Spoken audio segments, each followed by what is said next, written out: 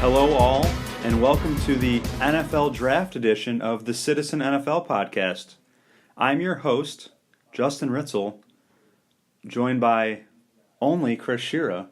Robert Harding is on assignment. All right, but let's before we start, let's get the title right. Is the award-winning Citizen NFL Podcast, the 2017 New York State Associated Press Association winner for Best Podcast. I mean, Chris, I'm a humble guy. I don't like to go around bragging, but I'll leave it to you. The old saying goes, if you can do it, it ain't bragging. And we did it. So and all jokes aside, I mean, Justin, this was your baby, your brainchild. You got it off the ground, and you've set the tone, and it's been a lot of fun, and I'm glad that it's your name on that plaque. So well, I appreciate that, Chris. It's been fun. Just really something that started as an excuse to talk about football for 45 minutes with you and Robert, and it gets goofy at times, and maybe goes off the rails, right? Yeah, it definitely does that. But I mean, hey, it's fun, and it's also nice to be recognized for something that, frankly, was kind of a little bit low expectations for it. So we'll try to keep keep the level of this podcast at a high, but we'll see. Of course, with only the two of us here, it's going to be tough. For all we know, we could have been the only entry in the category. Well, we won by default, but we don't have to mention that aspect of it. No. All right, so let's talk draft. All right, Chris. So obviously, Thursday was the first round of the NFL draft. Really, as you just mentioned off there, really exciting first round. A lot going on. I think we kind of expected it was going to be interesting just because of the teams that were at the top, as well as the quarterbacks that were going to be available. I guess first off, just give me kind of your big takeaway from Thursday's first round. I think it was an absolute blast. I think this was one of the most entertaining first rounds in NFL draft history. I've been watching the draft for more than 30 years, since the mid '80s, since ESPN started broadcasting it, and I don't think I can ever remember a draft where you had so much uncertainty. I mean, there's been drafts where we don't know who the top pick is going to be. But realistically, because there were 4 top-notch quarterbacks available that people thought could go anywhere between 1 and 10, it just added to the intrigue, and we had trading up and trading down, and we had picks that nobody was expecting. And it was just fun. It was a fun ride, and it was great. And there's very few teams, I think, that if you're a fan of that team, you can say, yeah, we didn't do good in the first round. I think most teams are pretty happy with who they got in the first round. Now, we'll see what happens, obviously, over the next few years, and see if these players develop and become great players, all pros, whatever you want to call it. But I think it was as good a first round as you'll ever see, period. And it was fun, and we get to do it again tonight with round 2, and it's a thrill ride, and that's what makes the NFL the best professional sports league in the world. It is kind of crazy that you look back over the past few months, and I think pretty much every one of those top big 4 quarterbacks at one point was considered the guy who was going to be picked number 1. I mean, I think early on people would have said Sam Darnold is going to be the number 1 pick. Josh Allen definitely had a few weeks there where he was maybe the favorite, and then Baker Mayfield kind of swoops in over this last maybe couple days, and you're seeing reporters say there's a chance the Browns could take him, and ultimately that was the direction they went in. But I think obviously we are New York based here in Auburn, so people care most about what the Bills do, what the Giants do, and what the Jets do. All 3 of them had very high picks. So, Chris, let's start off with the Bills. They held the 12th and the 22nd pick. They decided to trade up to number 7 to pick quarterback Josh Allen out of Wyoming. And then they also traded up from 22 to 16 to draft the linebacker Edmonds. Yep. So just your reaction to kind of how things shaked out for the Bills yesterday. Well, from what I was hearing, the Bills originally had a deal with the Broncos, or they didn't really had a deal, but they had discussions with the Broncos to move up to number 5. And the Broncos were willing, but then when the Broncos realized that Bradley Chubb was available at number 5, they called it off, and they took Chubb there. Then the Bills decided to trade up to number 7. Now, could you argue that the Bills might have overpaid a little bit to move up to number 7? It's possible. I mean, I think they felt that, I don't want to say they were desperate, but I'm sure there was a sense of like urgency that we've got to do something. If we're going to get the guy that we want, one of these 4 guys, we're going to have to move up. And they did. And I think it was a pretty good price they paid for it. But then again, they did have the capital. I mean, it's not like they'd been stockpiling draft picks for this occasion, so they used them. So I think if you're a Bills fan, you're excited. I think anytime you pick a quarterback in the first round, especially when it's a top 10 pick, I think you're excited. I mean, I know Josh Allen does have some negatives. His accuracy is an issue. That's something that's gonna come into play eventually. We'll see. But if I'm a Bills fan, I'm happy. And as for the second pick, Tremaine Edmonds, who is the son of former Dolphins tight end Farrell Edmonds. I mean, look, this kid's 19 years old. I mean, he can't even have a beer legally yet. So this kid, I mean, he is a kid. I mean, if he pans out, I mean, you've got a top-notch linebacker for the next 10 years easy.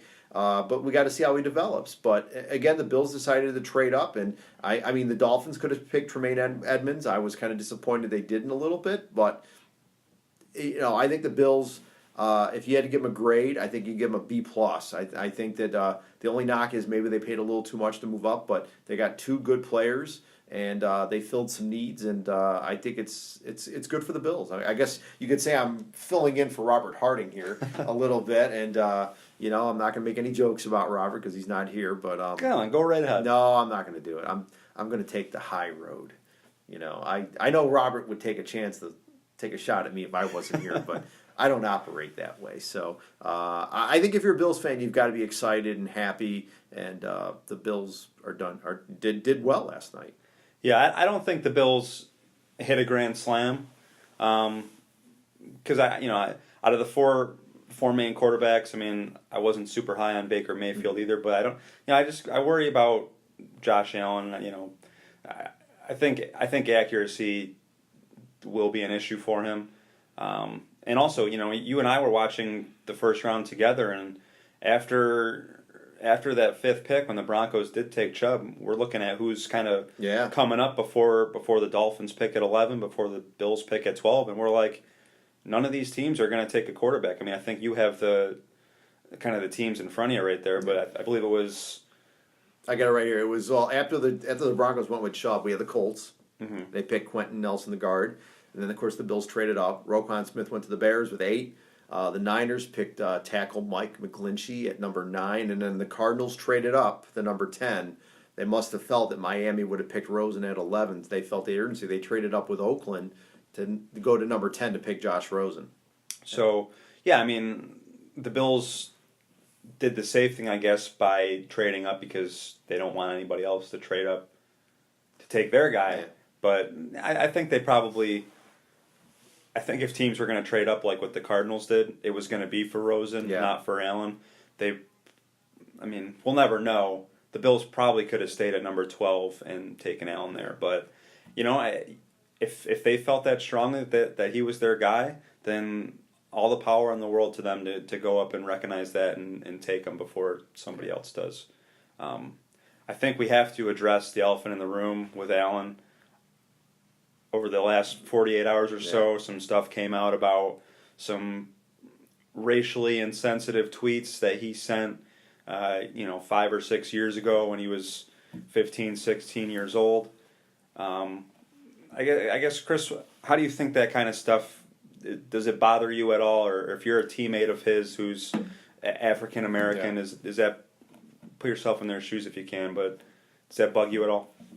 I think if I was an African American, it would bug me. And I think what's going to have to happen is Allen is going to have to talk. He's going to have to get up and he's going to have to address his teammates, white and black, and he's going to have to say what he basically has been saying in the media for the last 36 hours that, or I'm sorry, 24 hours that I made a mistake. I was young. It was stupid. I mean, look, we all do stupid things when we're young, but I think there's a level of stupidity. There's a difference between like getting caught like throwing toilet paper in somebody's yard or egging somebody's house and making racist remarks. Big difference there. So the young thing, I mean, it only wears so much. I think when you're in high school, you kind of are aware that like tweeting out racial things is not a smart way to go. It's not. I mean, that's smart. It's just wrong. Period. You shouldn't do it. It's not right. So I think he'll address his teammates and he'll apologize and he'll say, I was young, I made a mistake. That's not who that's not who I am. I mean, people say things like that, and you want to think that he isn't racist. Probably not. You'd like to think that, and that he'll address this early, and then the Bills will move on. I don't think it's going to be an issue once they put the pads on in training camp and we start moving on.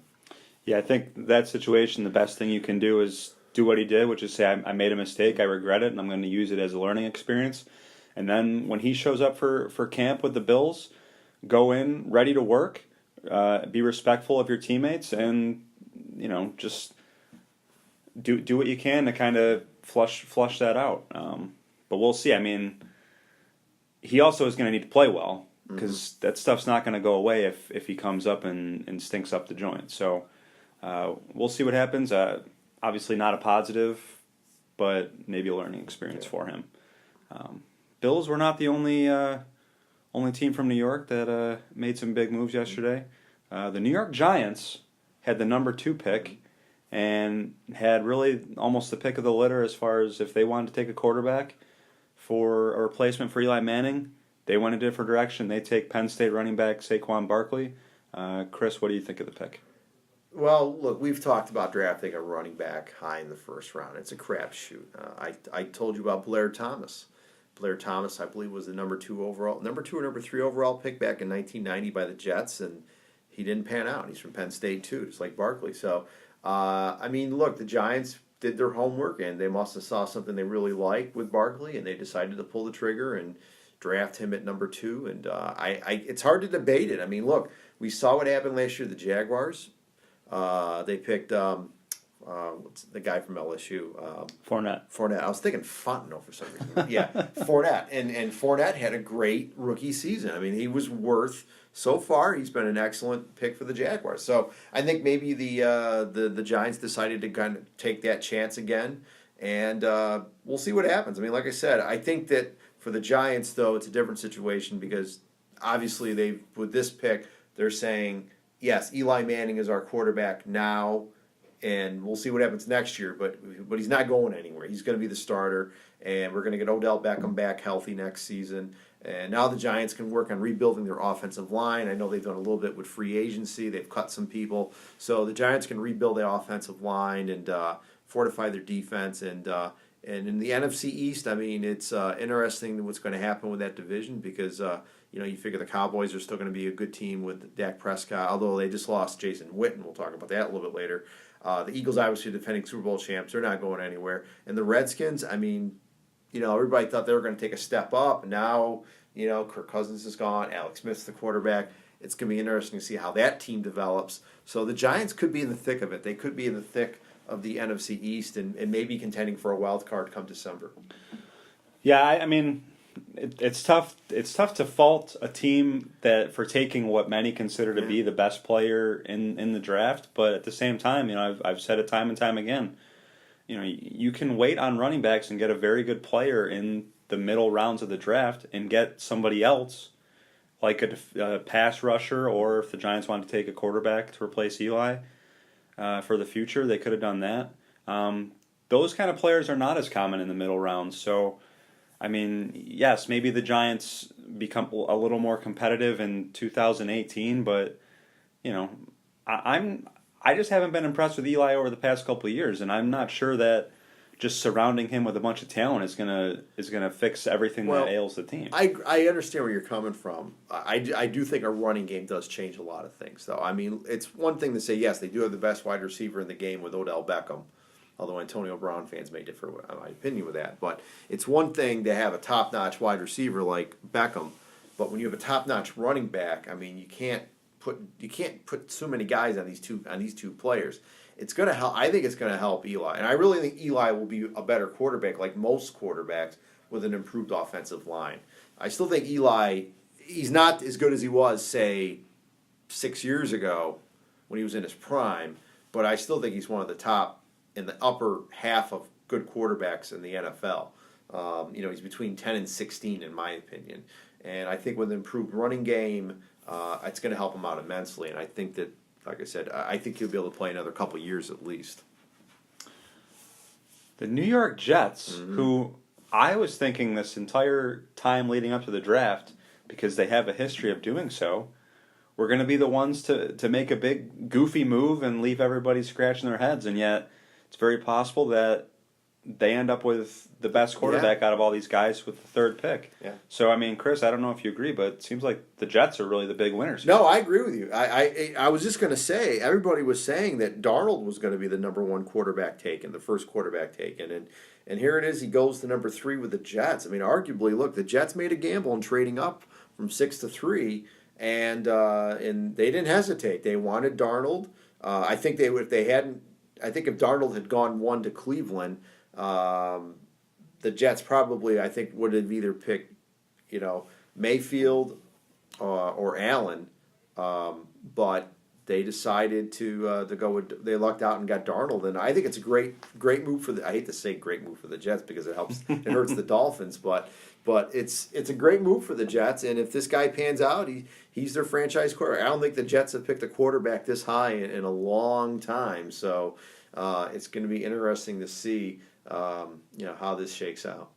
Well, I kind of joked about it in the column I wrote this week, the day before the draft on Wednesday. But the Jets did, in 2009 they traded up from the 17th pick to number 5 to take Mark Sanchez, and he was a USC quarterback. We all know how that turned out. So you kind of go into it thinking, is history going to repeat itself? But yeah, I think they should be ecstatic with Sam Darnold, and I think really in hindsight, the only thing that I could criticize the Jets for is, if you guys knew you were going to take a quarterback number 3, why did you re-sign Josh McCown? Why did you bring in Teddy Bridgewater? Like that dynamic will be a little interesting to see who ends up playing all the snaps, who ends up starting the season as a starter, who ends up finishing the season as a starter, but looking ahead, I'd be excited if I were a Jets fan. Mm-hmm. All right, Chris. So you're more than welcome to mention your beloved Miami Dolphins in this, because I know you seem pretty happy with their selection at number 11. But kind of take me through some of the teams that you would consider winners of the first round. Look, it's you can't really judge a draft after one. True. You could say like they got a good player, they filled a need. Look, the Browns got Baker Mayfield, and you can debate whether that was the right decision at number 1. Maybe Darnold should have been number 1, but they got a guy who's going to bring excitement. Of course, they drafted Johnny Manziel a couple of years ago, and that didn't end too well. But I give the Browns credit. They definitely decided to go the way they really wanted to go. They weren't listening to anybody else. They went with their convictions. So, and then when picking number 4 with Denzel Ward, the cornerback from Ohio State, that was kind of, I thought, was interesting. I don't think anybody really was expecting Ward to go that high.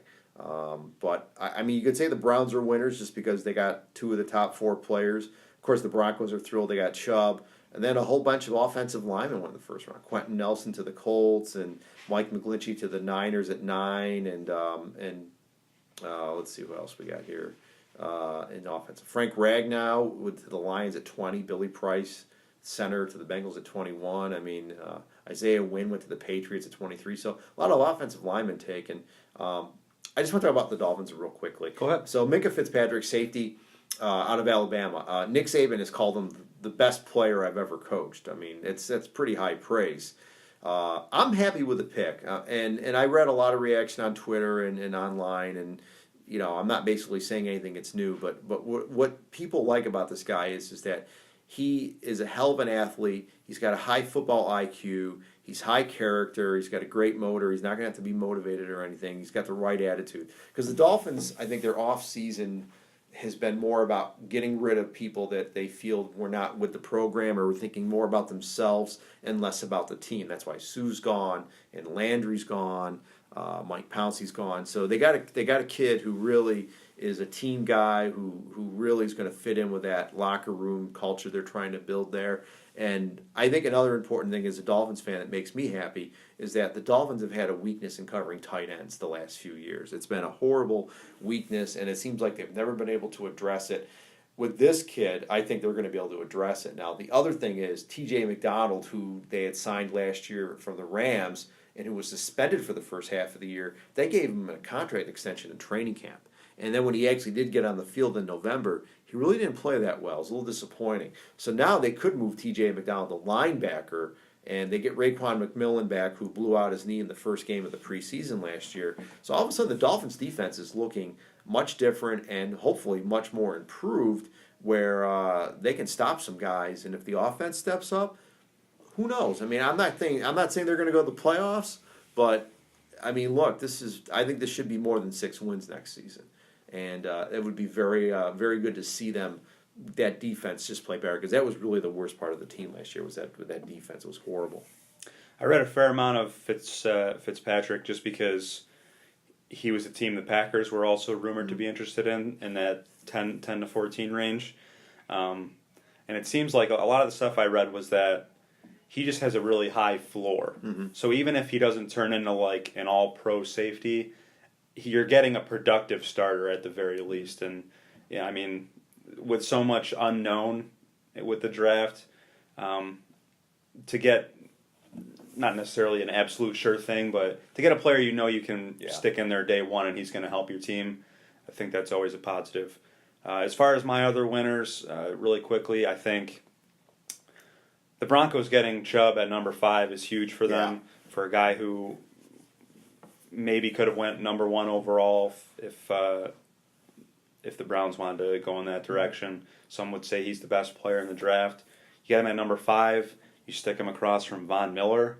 Good luck blocking. Good luck blocking those scary. 2 guys. That's really scary. And then also, I've been saying it for weeks now, but Josh Rosen was my favorite quarterback in the draft. Mm-hmm. He slips to number 10, where the Cardinals trade up to get him.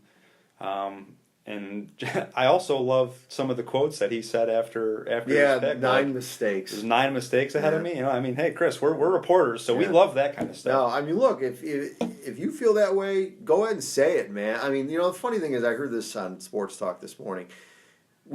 People don't like athletes who are bland and vanilla. Oh, they just, they don't say anything exciting. And then when they do say something kind of like out there, they get criticized for being too cocky or whatever, whatever you want to call it. And I think it's great. And I think if you're a Cardinals fan, this is what you want. You want a guy to come in and say, hey, look, I'm going to prove myself that those 9 other teams should have picked me. And I think that's great. And I don't think you can fault the kid. And, you're 21, 22 years old, man. You're going to be cocky.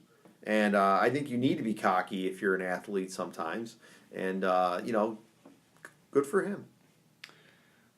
Do you have any losers? Do you have any teams that maybe you think didn't come out as well? Well, I think the Saints.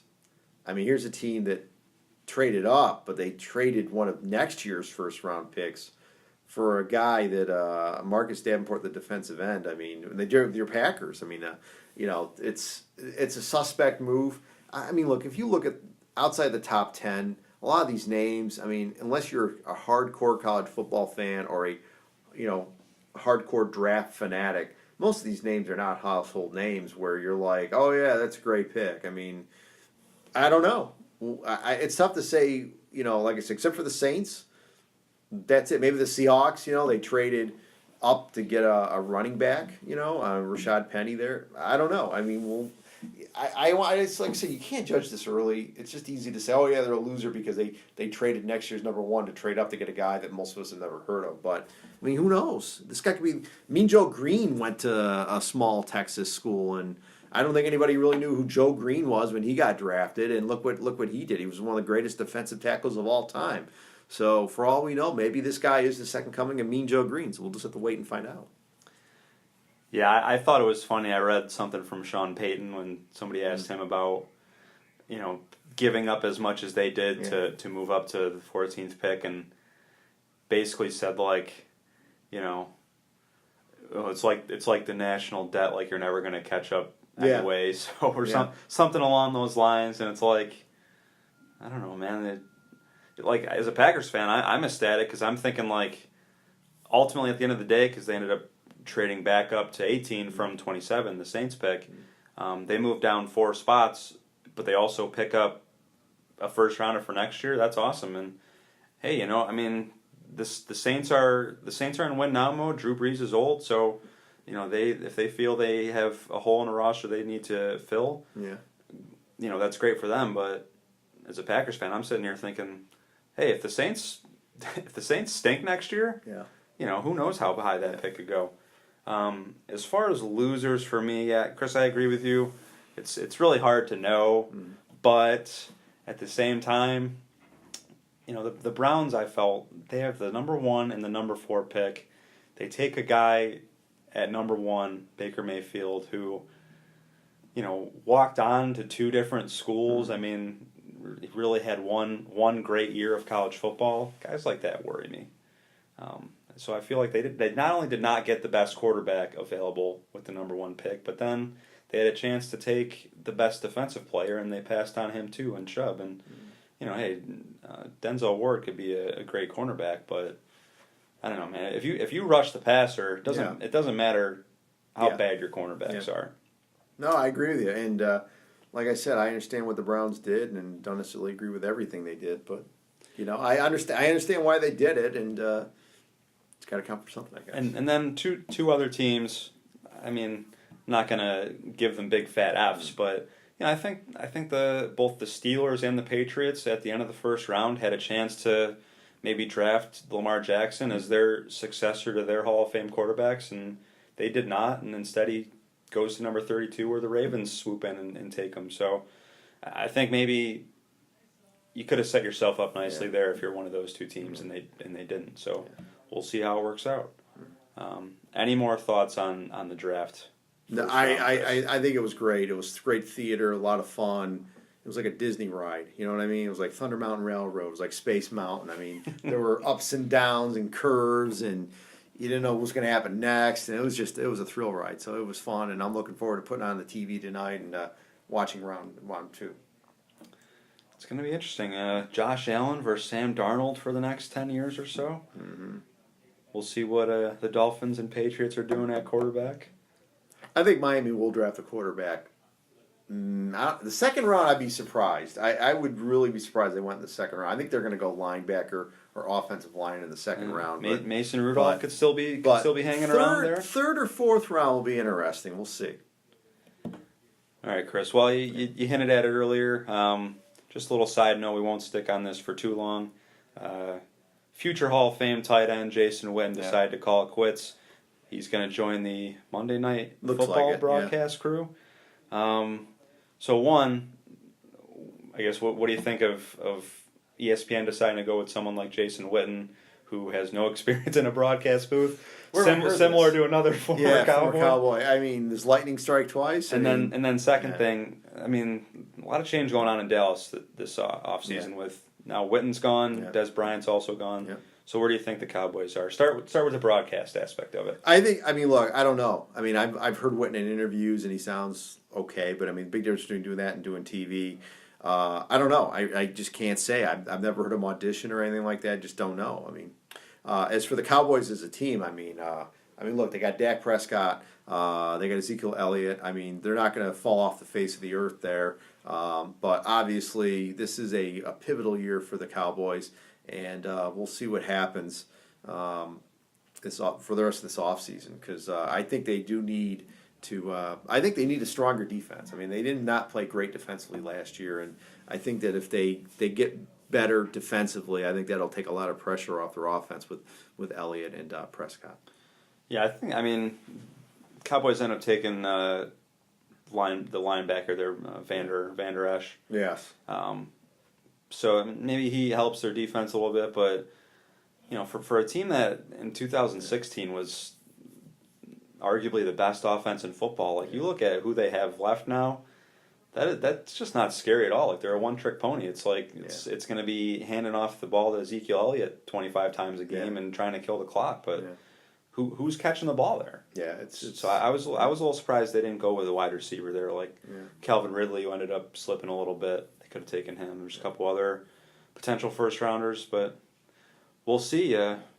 Jerry Jones, he's getting up there in age. Maybe he's losing a little bit. Hey, I just want to add real quick before we sign off that for the Dolphins in the second round, I kind of don't know how I forgot this. I think they're probably going to go tight end. They desperately need a good tight end, and I said linebacker or offensive line. I think tight end will probably be their second round pick. We'll see. Didn't want to forget that. I don't want any Dolphin fan listening to saying, "Sure, doesn't like Tony. You ain't talking about the tight end." So yeah, tight end. Well, everybody that's listening is wondering where your sound effects are. No, I'm not doing any sound effects. We'll save those when Robert gets back. All right, Chris. What do you think? We'll wrap it up there? Sounds good. All right. This has been another edition of, I guess I'll say it now, the award-winning Citizen NFL podcast. Should have got trumpets for that. We'll do trumpets next time. That'll be the sound effect, trumpets. All right. For Chris Sciria and for the absent Robert Harding, this is Justin Ritzel. We'll catch you next time. We don't miss you, Robert. No, just kidding.